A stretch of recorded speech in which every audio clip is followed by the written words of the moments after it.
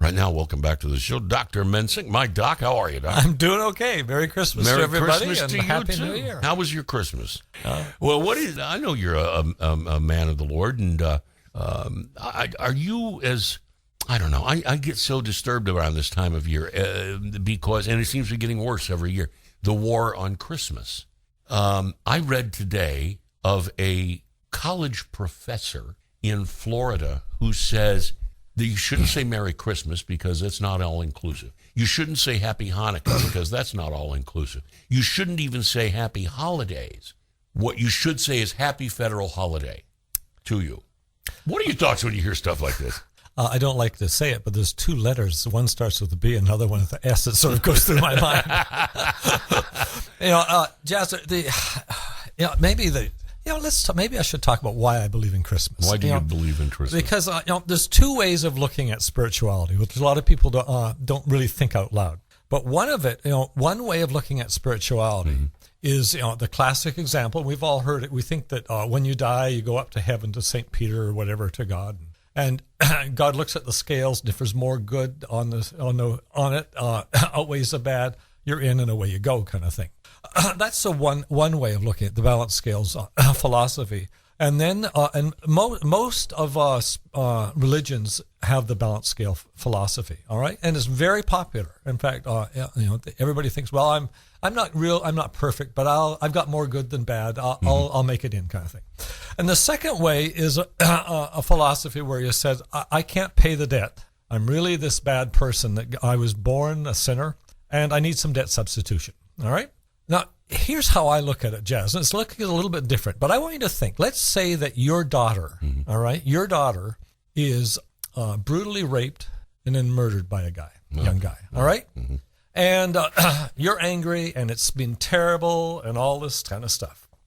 And they go to trial, and there's the judge, and you want the judge to be, you want him to be honest, just. I don't know if righteous is the right word, but, you want him to, Well, you want justice, don't you? Yeah, you want justice, right? You want justice. And so you go to this judge, and you're listening there, and this guy comes up, the murderer, and he says, yeah, I did it. But he says, Judge, I want you to realize, I don't want you to judge me on this episode. I killed this woman's daughter, and I raped her. Instead, I want you to look at all the good I've done. I want you to look at the scales in my life. I really shouldn't get justice because I've got more good than this bad thing that I've done this one bad thing. Yeah, this one bad thing. Look at all the good things I've done. And here's the thing, Jazz. If every one of us deep down, there's an instinct in us that we know that is wrong. And yet, when we go and think about the balance idea, all right, the people that have this idea before God that I've got this set of balances, and I'll have more good than bad, and it'll outweigh it. They really aren't thinking it through because it's like the judge with the murderer, and the murderer saying, I really am not that bad. I have all this good to make up for it, and I shouldn't be punished for it. That's really the key to what Christmas is all about. Because really, if you look at it, Christmas is really celebrating, the birth of Christ, and that birth was essentially that he was God, and that birth ended up him being crucified, which was supposedly that debt or that penalty for us being born as sinners. That process is a substitutionary event, and that's the two ways of looking at it. You can have a spirituality where you have this set of balances in your life, and you're really thinking, when you think of it, you're really thinking like, this murderer who's saying, listen, I did all this good. I really don't deserve the murder condemnation kind of thing. And we all know instinctively that's wrong, all right? Or you are saying, listen, I know I've screwed up in my life. I know that I really, no matter what, I continue to screw up. So I'm willing to trust. And the word believe, Christians say you should believe in Jesus, right? But that word is really trust in the original Greek. I'm willing to trust someone else outside of myself, this person that said, I will pay this substitution for you. Two things happen when you do that. You see, all spirituality comes, most of us have a spiritual focus that when we have a spiritual focus, I'm trying to live better, I'm trying to meditate, I'm trying to do this, I'm trying to do good works, I'm trying to all these things.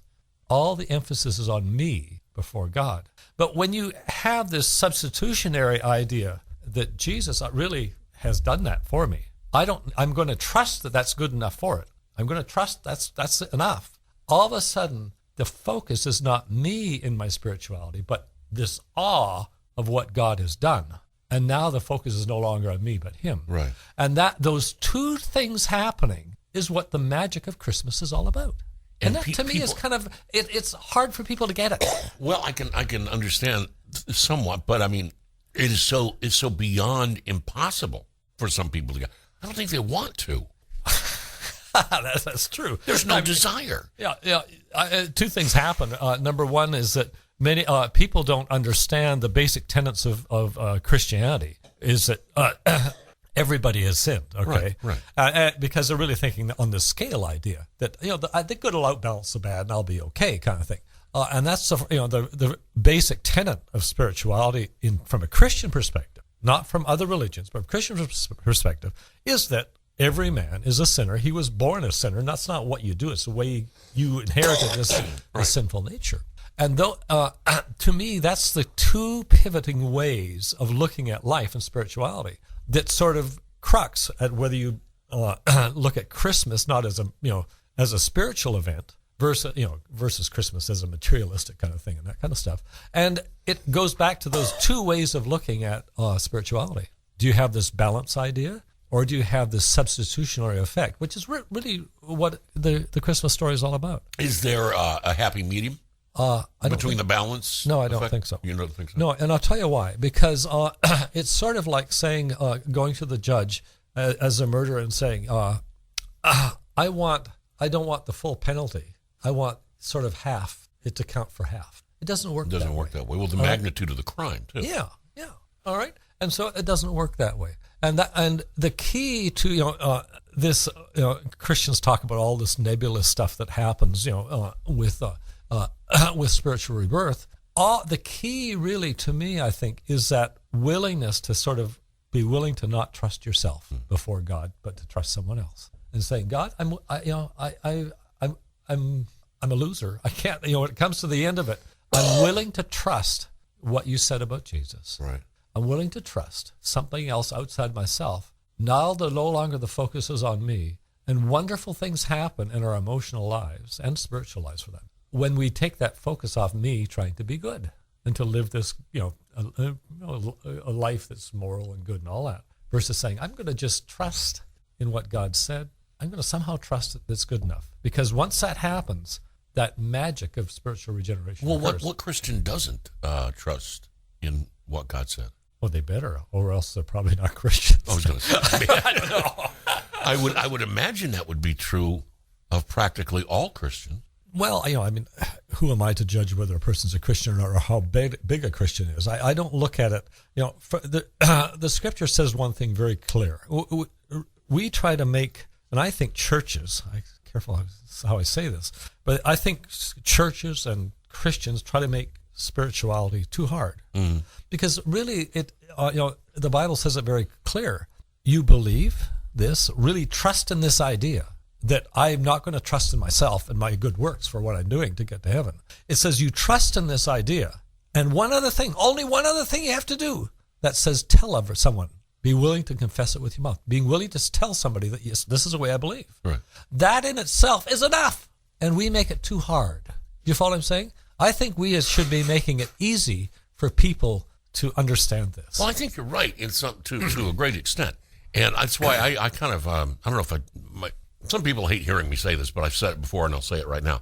I'm not a very good Christian. And I think the reason I say that is because I try to live the right life and all, but I don't read the Bible every day. And I don't go to church on Sundays. I don't go to church on Wednesdays. I did when I was a child, but I haven't been to church since I turned 16, 17 years of age. I mean, there have been times when I've walked in and sat down just for the peace and the quiet. Sure. For the reflection within myself, sitting there by myself in the church. But I haven't been to watch a sermon. Oh, to me, I don't care whether you, well, I forget how I say that because that's not really true. But the issue is not whether you go to church. The issue is, do I have this basic idea that I'm willing to trust God and Jesus Christ for my salvation, not try to work the balances out myself. That's number one. And number two, there's value in church, all right? But most people who go to church and haven't found that, it's not worth the benefit versus the time to go there, Right. haven't really come to that point where they see those benefits from it. And I look at it, I think church itself has to be looked at. Are we fulfilling people's needs? Because the issue to me is not whether you go to church, all right? To me, we've said that the issue is how you believe about this basic issue. That's what Christianity is all about, so far as Christianity and Jesus and the Christmas story. But it's more, once those happen and we're willing to really do that kind of thing, something magic happens in our lives that often will make us want. Do you follow what I'm saying? I absolutely do. There's other things that are really neat about Christianity and Jesus' birth. Jesus, a lot of people say, in fact, it's we celebrate Christmas on the 25th of December. And Jesus wasn't born on the 25th. And here's the newest things that have come out about that. Well, Joey, let's take a break and come back and pick it up right there. I just looked at the clock. But as a matter of fact, saw some people in one of my posts on Facebook get into that discussion. Yeah, we talked about the that. 25th Yes. and the putting the X in Xmas and all there's that. There's some neat things coming out about there. It's Jazz McKay on KNZR. And we're back with Dr. Mensink from The Practice. Little different discussion today. I'm enjoying this. I like it up kind of thing. I'm getting into this. We're going into the break. You brought up December 25th. Now, is that or is it not? Now, I had some folks arguing. I like to do that. I call it stirring the pudding. When I get onto Facebook and I post something and then just watch people react to it. Yeah, I think you do that just to get the reaction. To me, it's a sport. I just like to sit back. It's a tennis match. I like to see these people go at it. And one of the posts that I put up was that ended up being one of the threads that came off of it. Was Jesus born on December 25th? Well, there's some new things, just neat things coming out about this, Jazz, that we haven't really, understood before. But the newest research about this, and the bottom line is nobody was there. None of us were there, so we don't really know. Today to tell so us. We don't know. But the newest research, and this is just to me amazing. But the first person to mention that Jesus Christ was born on the 25th of December was a man called Pliny the Elder that wrote about this about 200 AD. He was the first, all right? And we've kind of, everybody thought it's a mistake and all that, whatever. Because there's nothing in the Bible about the time of year. But here's the interesting thing, what the newest research is suggesting. Number one is that if you look at the Jewish nation and Jews back then, at that time, they looked at the being born as not the day when you were birthed, but the date of conception. All right? Oh. All right? And that year, if you go back, that year that Jesus was born, the year that, December 25th was Hanukkah, and it looks like he was conceived on Hanukkah and delivered that fall and that fall after that.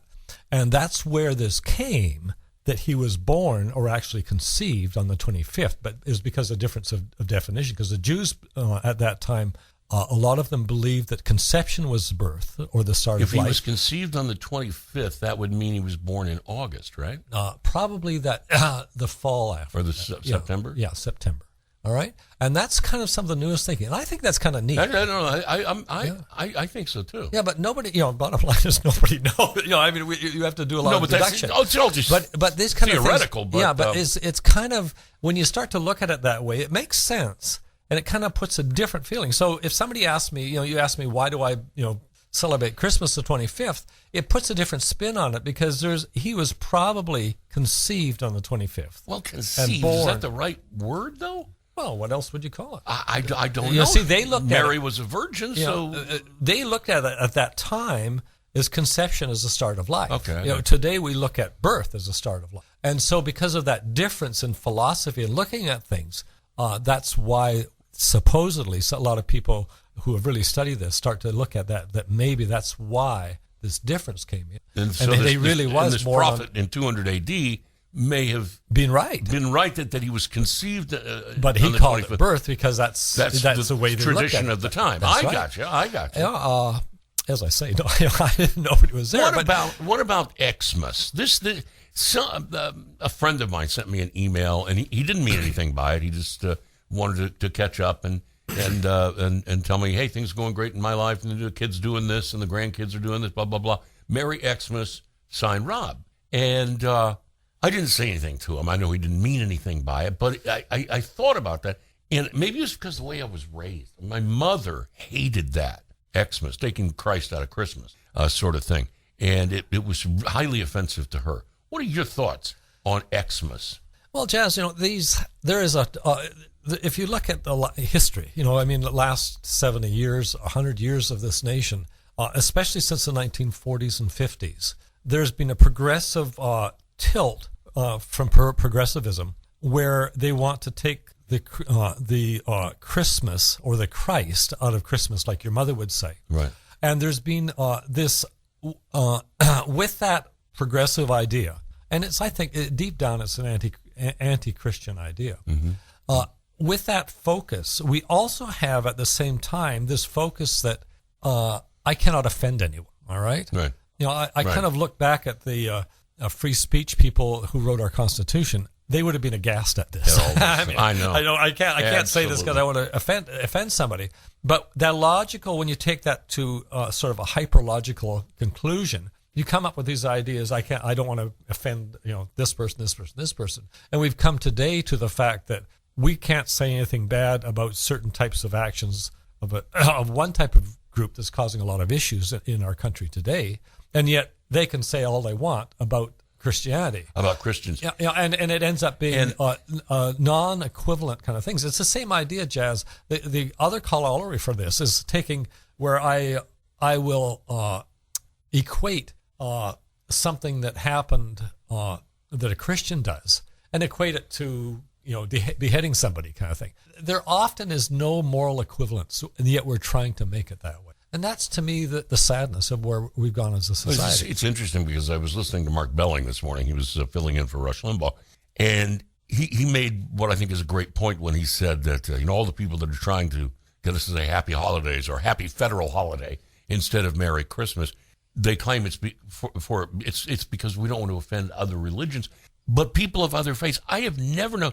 I have a very, very close friend, a very good friend, who's just as Jewish as they come. And she's an awesome lady. And she says to me every year, Merry Christmas. And I say back to her, Happy Hanukkah. Yeah. Because it doesn't offend me to say Happy Hanukkah. It doesn't bother her. And I don't know one Jew in my life, Doc, that has ever said they were offended by the term Merry Christmas. Not one.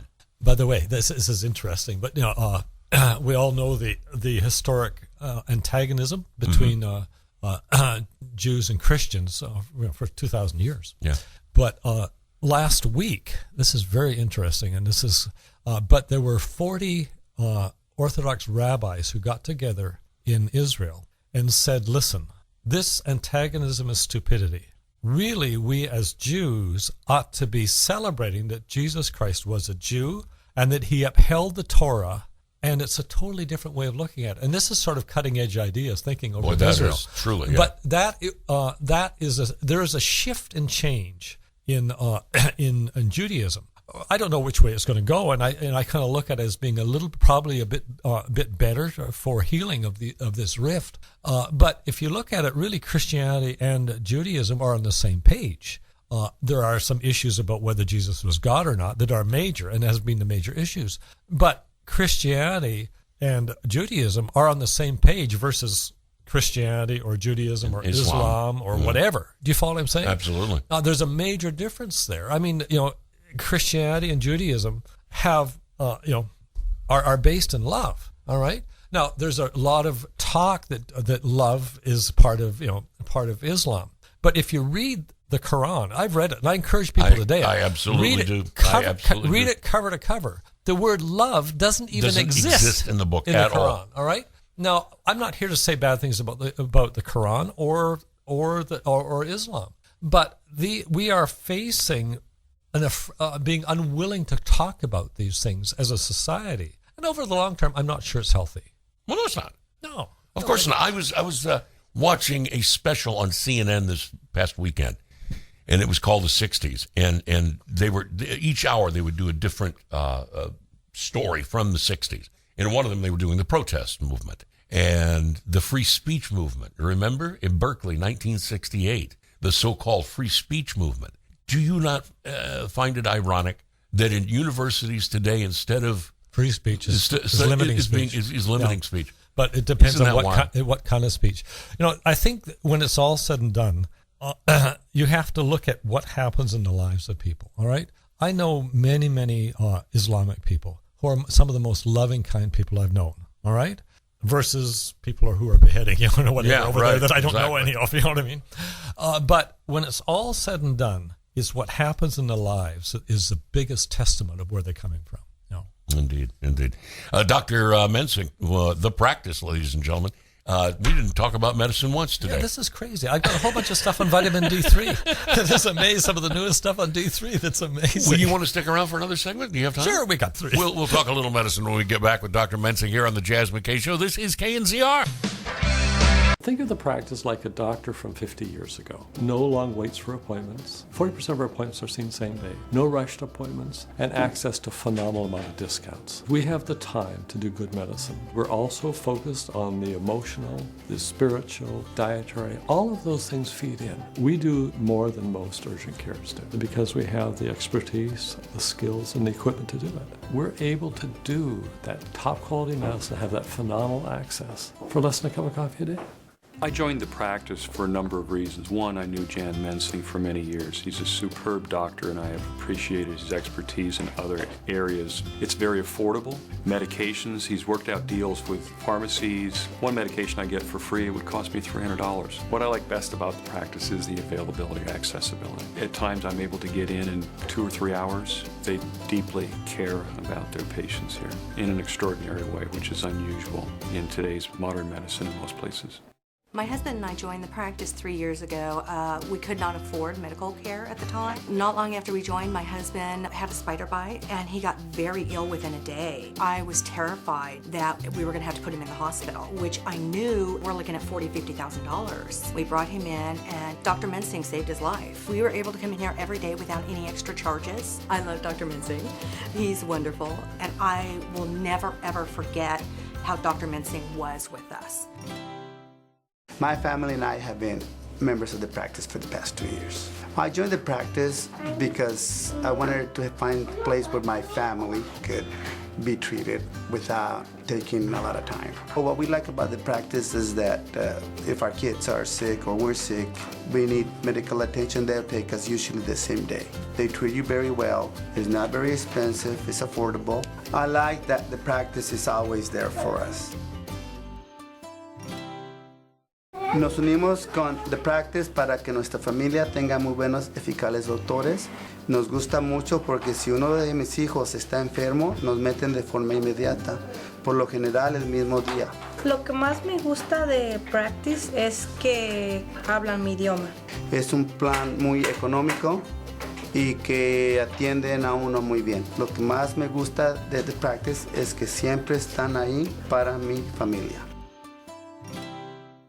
Cuando llegué a la oficina y vi al doctor Mensink, yo llegué y me sentía débil, muy débil. Yo había visto muchos doctores y no me arreglaban el problema. Pero cuando llegué aquí al doctor Mensink, él me hizo un chequeo, un examen completo y encontró el problema y me ayudó, me dio el tratamiento que necesitaba y ahora me siento con mucha energía y estoy muy contento aquí. Él es un excelente doctor, estoy seguro que les dará ayuda tal como lo hizo conmigo.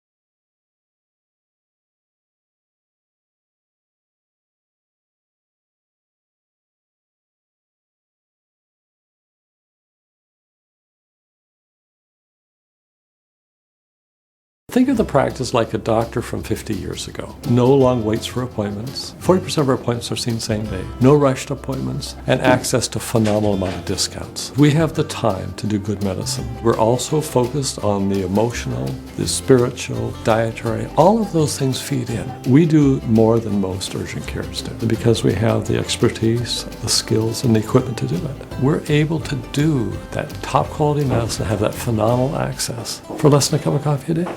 I joined the practice for a number of reasons. One, I knew Jan Mensink for many years. He's a superb doctor, and I have appreciated his expertise in other areas. It's very affordable.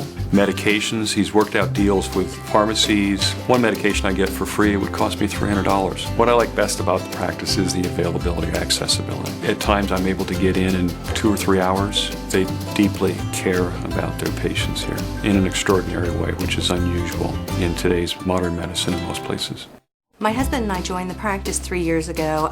We could not afford medical care at the time. Not long after we joined, my husband had a spider bite and he got very ill within a day. I was terrified that we were going to have to put him in the hospital, which I knew we're looking at $40,000, $50,000. We brought him in and Dr. Mensink saved his life. We were able to come in here every day without any extra charges. I love Dr. Mensink.